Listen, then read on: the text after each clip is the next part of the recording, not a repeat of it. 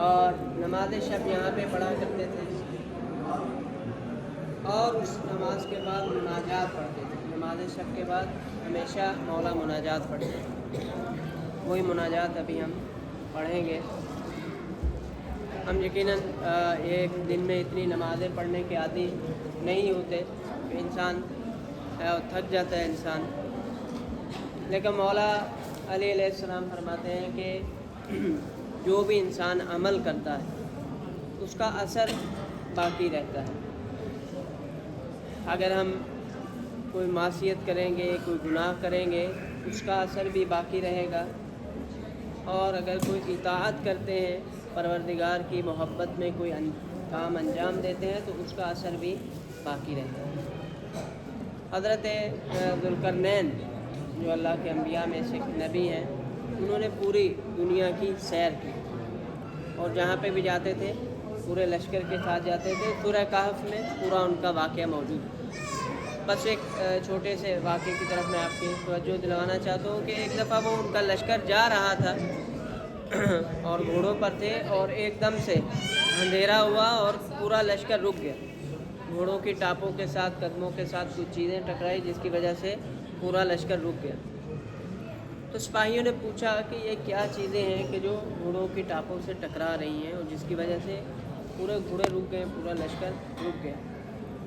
تو جناب ذوالقرنین نے کہا کہ یہ وہ چیزیں ہیں کہ جو لوگ اٹھائیں گے وہ بھی پچھتائیں گے، اور جو نہیں اٹھائیں گے وہ بھی پچھتائیں گے۔ لوگ بہت حیران ہوئے کہ یہ کیا چیزیں ہیں کہ جو اٹھائیں گے وہ بھی پچھتائیں گے، جو نہیں اٹھائیں گے وہ بھی پچھتائیں گے۔ لہٰذا کچھ سپاہی نیچے اترے، انہوں نے کہا پچھتانا ہی ہے تو اٹھا لیتے ہیں، دیکھیں ہے کیا اس میں۔ جو ذوالقرنین یہ فرما رہے ہیں کہ جو اٹھائے گا وہ بھی پچھتائے گا، جو نہیں اٹھائے گا وہ بھی پچھتائے گا۔ لہٰذا کچھ سپاہی اترے اور انہوں نے وہ تھیلیاں اٹھا لی۔ پھر لشکر آگے بڑھا اور روشنی ہوئی، تو ایک جگہ پہ لشکر نے پڑاؤ ڈالا۔ جو سپاہیوں نے اٹھایا تھا انہوں نے کہا کہ اب کھول کے دیکھتے ہیں کہ ان میں کیا ہے۔ جو ذوالقرنین نے فرمایا تھا کہ جو اٹھائیں گے وہ بھی پچھتائیں گے، جو نہیں اٹھائیں گے وہ بھی پچھتائیں گے۔ تو جب ان کو کھولا گیا ان تھیلیوں کو، تو ان کے اندر دیکھے گئے کہ سونے اور چاندی کے سکے تھے۔ اب جنہوں نے نہیں اٹھایا وہ تو پچھتائے کہ کیا تھا کہ 2 قدم اترتے اور اٹھا لیتے، تو جنہوں نے نہیں اٹھایا ان کا تو پچھتاوا واضح ہے کہ وہ پچھتائے کہ کاش ہم بھی تھوڑی زحمت کرتے اور گھوڑے سے اتر کے ہم بھی 1-1 2-2 تھیلی اٹھا لیتے۔ اور جنہوں نے اٹھایا وہ بھی پچھتائے کہ اب اترے تو تھے، زحمت کی تھی تو کچھ اور اٹھا لیتے تاکہ سونے اور چاندی کے سکے اور زیادہ ہمیں مل جاتے۔ اور پھر جناب جبرائیل ذوالقرنین کے پاس آئے اور فرمایا کہ اللہ تعالیٰ فرماتا ہے کہ دنیا میں اعمال کی بھی یہی کیفیت ہے۔ جب لوگ قیامت کے میدان میں ہوں گے تو جنہوں نے اعمال نہیں کیے، جنہوں نے اللہ کے مطابق زندگی نہیں گزاری، وہ تو پچھتائیں گے جب دیکھیں گے کہ سزا مل رہی ہے اور پروردگار کی طرف سے عقوبت کا سامنا ہے، عذاب کا سامنا ہے، تو ان کا پچھتاوا واضح ہے کہ کاش ہم نے دنیا میں زحمت کی ہوتی اور اعمال کر لیے ہوتے اور اللہ کے مطابق زندگی گزارنی ہوتی، تو آج یہ حسرت اور پچھتاوا نہ ہوتا۔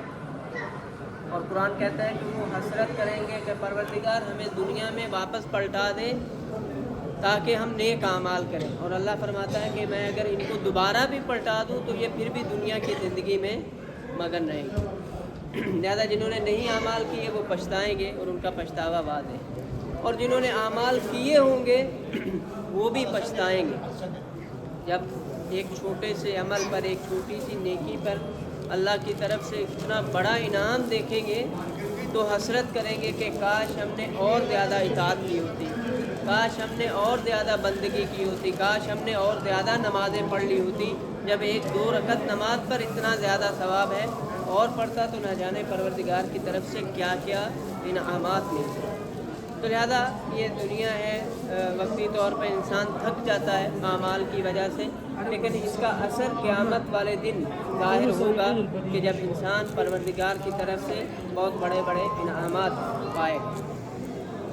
ابھی بس اس کے بعد آخری مرحلہ ہوگا. ابھی ہم وہ مناجات پڑھیں گے کہ جس کے بارے میں ہے کہ مولا علی جب مدینہ میں تھے تو یہی مناجات مسجد نبوی میں پڑھا کرتے تھے. اور روایات میں ہے کہ جب مولا علی یہ مناجات پڑھتے تھے تو اس قدر گریا کرتے تھے کہ ان کے آنسوؤں سے وہ مصلی تر ہو جاتا تھا. اور جناب سلیمان فارسی نقل کرتے ہیں کہ میں نے مسجد نبوی میں مولا کو دیکھا کہ آپ مناجات پڑھ رہے ہیں اور چیخ کے رو رہے ہیں, اتنی بلند آواز سے گریا کر رہے ہیں. اور ایک دم سے میں نے دیکھا کہ مولا کی آواز ختم ہو گئی اور کوئی آواز نہیں آ رہی, گریے کی بھی نہیں, وہ بالکل آواز ختم. اور میں سمجھا کہ مولا کی روح نکل چکی. تو میں دوڑتا ہوا جناب سیدہ کے دروازے پر آیا, دق الباب کیا. بیوی نے پوچھا کون؟ کہا میں سلمان ہوں, اور علی کو اس حالت میں دیکھا ہے کہ علی کی روح پرواز کر گئی, علی اس دنیا میں اب نہیں رہے. تو جناب فاطمہ نے کہا کہ سلمان تم نے علی کو کس حالت میں دیکھا؟ کہا کہ اس طرح علی مسجد میں تھے, مناجات کر رہے تھے اور ایک چیخ بلند کی اور اس کے بعد علی کی آواز ختم ہو گئی. تو جناب فاطمہ نے کہا کہ تم نے آج علی کی یہ کیفیت دیکھی ہے. فاطمہ ہر رات علی کی یہی کیفیت دیکھتی ہے کہ علی جب محراب عبادت میں کھڑے ہوتے ہیں تو پروردگار کا اتنا خوف اور خشیت ان پر طاری ہوتی ہے کہ گریے کی وجہ سے علی کی آواز ختم ہو جاتی ہے. آپ سوچیں وہ مولا کائنات کے جن کی محبت اور ولایت سے ہم سب بخشے جائیں گے, ان کی عبادت میں یہ کیفیت ہے کہ جو معصوم ہے, تو ہماری عبادت میں کیا کیفیت ہونی چاہیے. زیادہ یہی مناجات جو مولا پڑھتے تھے نماز شب کے بعد, ابھی ہم انشاءاللہ پڑھیں گے. اور واقعاً بہت, اگر آپ اس کی مناجات کی ٹرانسلیشن دیکھیں تو آپ واقعاً انسان کو احساس ہوتا ہے کہ کس طرح مولا اللہ کو پکار رہے ہیں اور کس طرح قیامت کی ہولناکیوں کو یاد کر رہے ہیں, کہ جس میں مولا بار بار فرما رہے ہیں کہ وہ دن ایسا سخت دن ہوگا کہ جس دن نہ اولاد ماں باپ کے کام آئے گی, نہ ماں باپ اولاد کے کام آئیں گے, نہ مال و دولت کام آئے گا, کوئی چیز کام آنے والی نہیں ہے سوائے اللہ کی اطاعت.